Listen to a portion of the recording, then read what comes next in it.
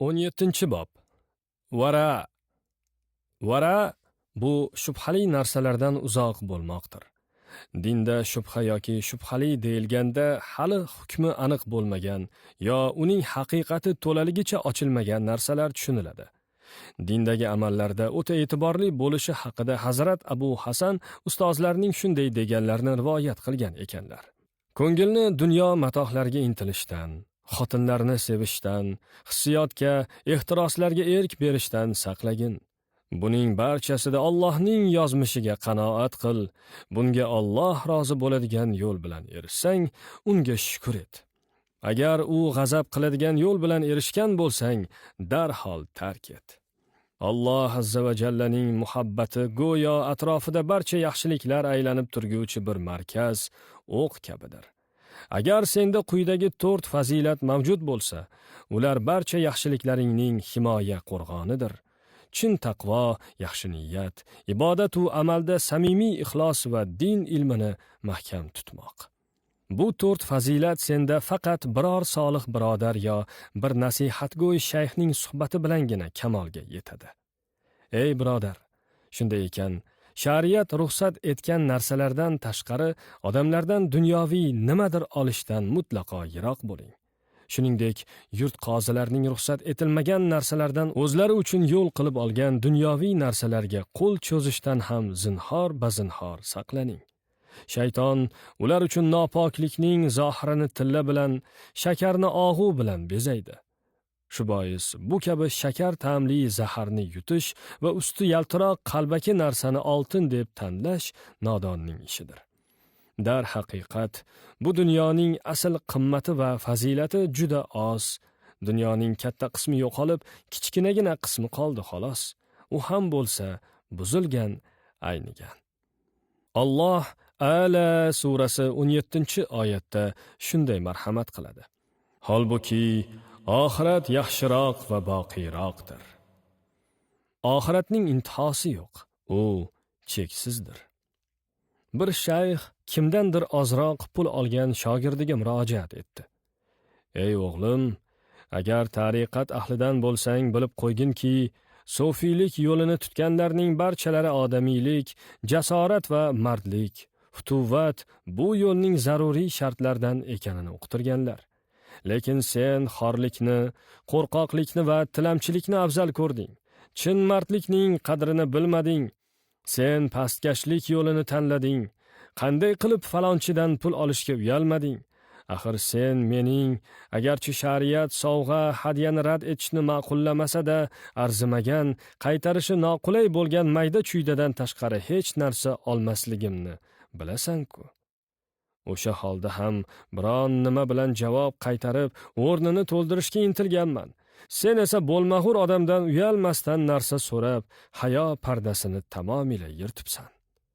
Men tog' takasi kabi odamlarning qo'lidagiga qarashni emas, balki undan yuz o'girishni afzal bilaman.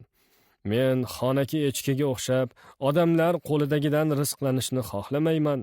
Zero ularning boyliklarining barchasi yig'ilganida ham Allohning oldida pashshaning qanotichalik qimmati yo'qdir. Ibrohim ham deydilar: Luqmangni halol kasb ila o'zing topsang, kunduzlari nafil roza tutishga, tunlari uyqusiz ibodat qilishga hojat qolmaydi. Vara Allohning ne'matlarini inkor etmaydi. Haqiqiy vara Allohning ne'matlaridan foydalanish va lazzatlanishdan qaytarmaydi. Vara faqat harom va makruh narsalardan tiyilishdir. Olimlar aytadilarki, muridning vazifasi man etilgan va shubhali narsalardan nafsini tiyishdir. Xususan, luqma masalasida e'tiborli bo'lish talab etiladi. Halol luqma iste'mol qilguvchi kimsa istagan taqdirda ham gunoh sodir eta olmaydi. Aksincha, harom iste'mol etuvchi kimsa Allohga ibodat qilishni xohlagan taqdirda ham bunga erisha olmaydi. E'tibor berish lozimki, muboh, ya'ni ruxsat etilgan narsalarni tark etish varaga kirmaydi. Hadisda aytilgan: qandaydir kishi jazirama quyosh ostida tik turgan holda roza tutmoqni o'zicha ahd etdi. Allohning Rasuli sallallohu alayhi va sallam bu odamga o'zini soyaga olishini, o'tirishini va ro'zasini oxiriga yetkazishini buyurdilar. Buxoriy, Abu Dovud, Ibn Moja, Imom Molik rivoyati. Hazrat payg'ambar sallallohu alayhi va sallam uni Allohga haqiqiy ibodat bo'lgan ro'zani oxiriga yetkazishga amr etib, ibodatga aloqador bo'lmagan oshiqcha narsalardan voz kechishni buyurdilar. Albatta, hech kim Alloh azza va jalla ruxsat bergan muboh narsalardan voz kechish yo'li bilan poklanib qolavermaydi. Aksincha, gunohkor bo'ladi. Chunki shariatga taalluqli bo'lmagan narsani unga mansub qilgan kishi hisoblanadi. U bir narsaning boshqasidan afzal ekaniga ishonmoqda. Holbuki shariat bu ikki narsaning barobar ekanligini bildirib qo'ygan. Hazrat payg'ambar sallallohu alayhi va sallam shirinliklarni, asaldan tayyorlangan yeguliklarni, go'shtni, ayniqsa qo'yning go'shtini tanovul etishni xush ko'rardilar. U kishiga xurmo va mayizni suvga aralashtirib, sharbat tayyorlab berishardi. U zot sallallohu alayhi va sallam mushukdan ham foydalanar edilar. Vara haqida go'zal so'zlar.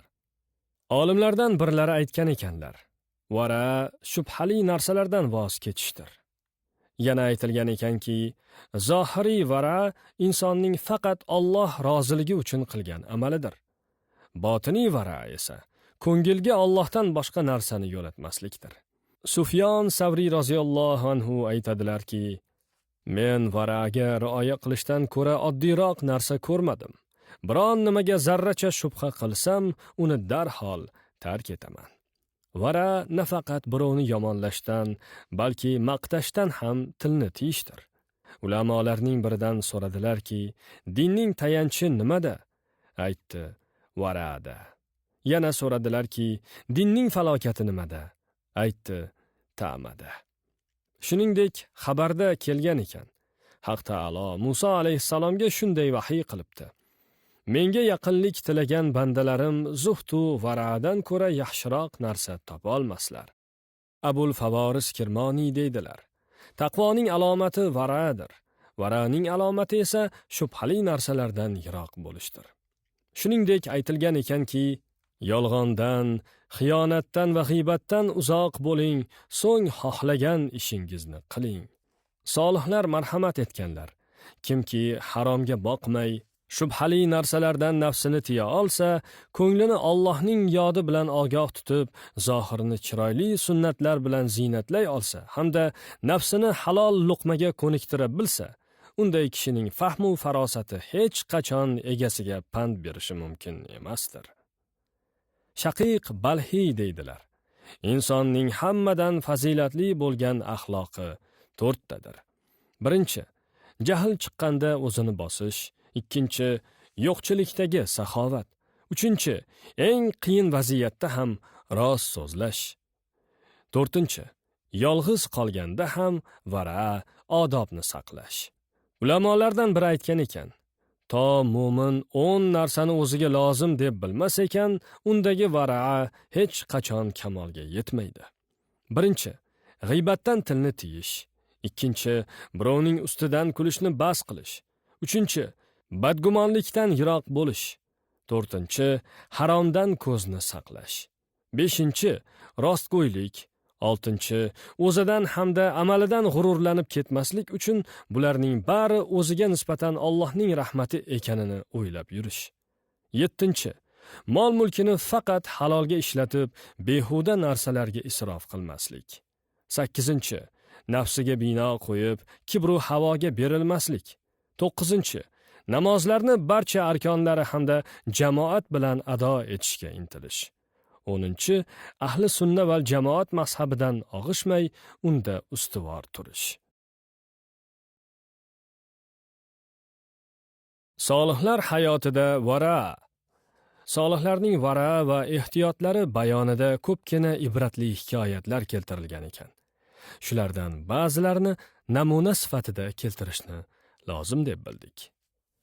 Naql etilgan ekanki, Hasson ibn Abu Sannon yotib uxlamas, moyli taomlar yemas va sovuq suv ichmasdilar. Horis Muhasibiyning otalari Qadariya zumrasiga mansub edi. Qadariyalar odam o'z fe'lini o'zi yaratadi deya noto'g'ri e'tiqod qilguvchi toifa bo'lib, Ummaviylar xalifaligi davrida paydo bo'lgan. Horis otalari o'lganda ehtiyot vara yuzasidan meros olmaslikni ma'qul ko'rdilar. Chunki otalarning ahli sunna va jamoat e'tiqodida bo'lmagan holda dunyodan o'tgani to'g'risida gumonda edilar. Turli firqalarning bir-birlaridan meros olishlari esa quyidagi hadis hukmiga binoan durust sanalmagan. Ikki turli din vakillari bir-birlaridan hech qanday meros olmaydilar.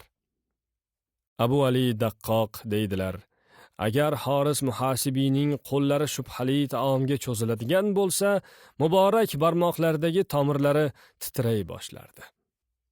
Bir gal Junayd Bag'dodiy qarindoshining to'yidan Horisga taom keltirganlarida undan tanovul qilmadilar. Bir necha kundan so'ng quruq non bo'laklarini keltirishganida, u zot uni yeb aytdilarki: muridga taom olib kelmoqchi bo'lsangiz, shundayni keltiring.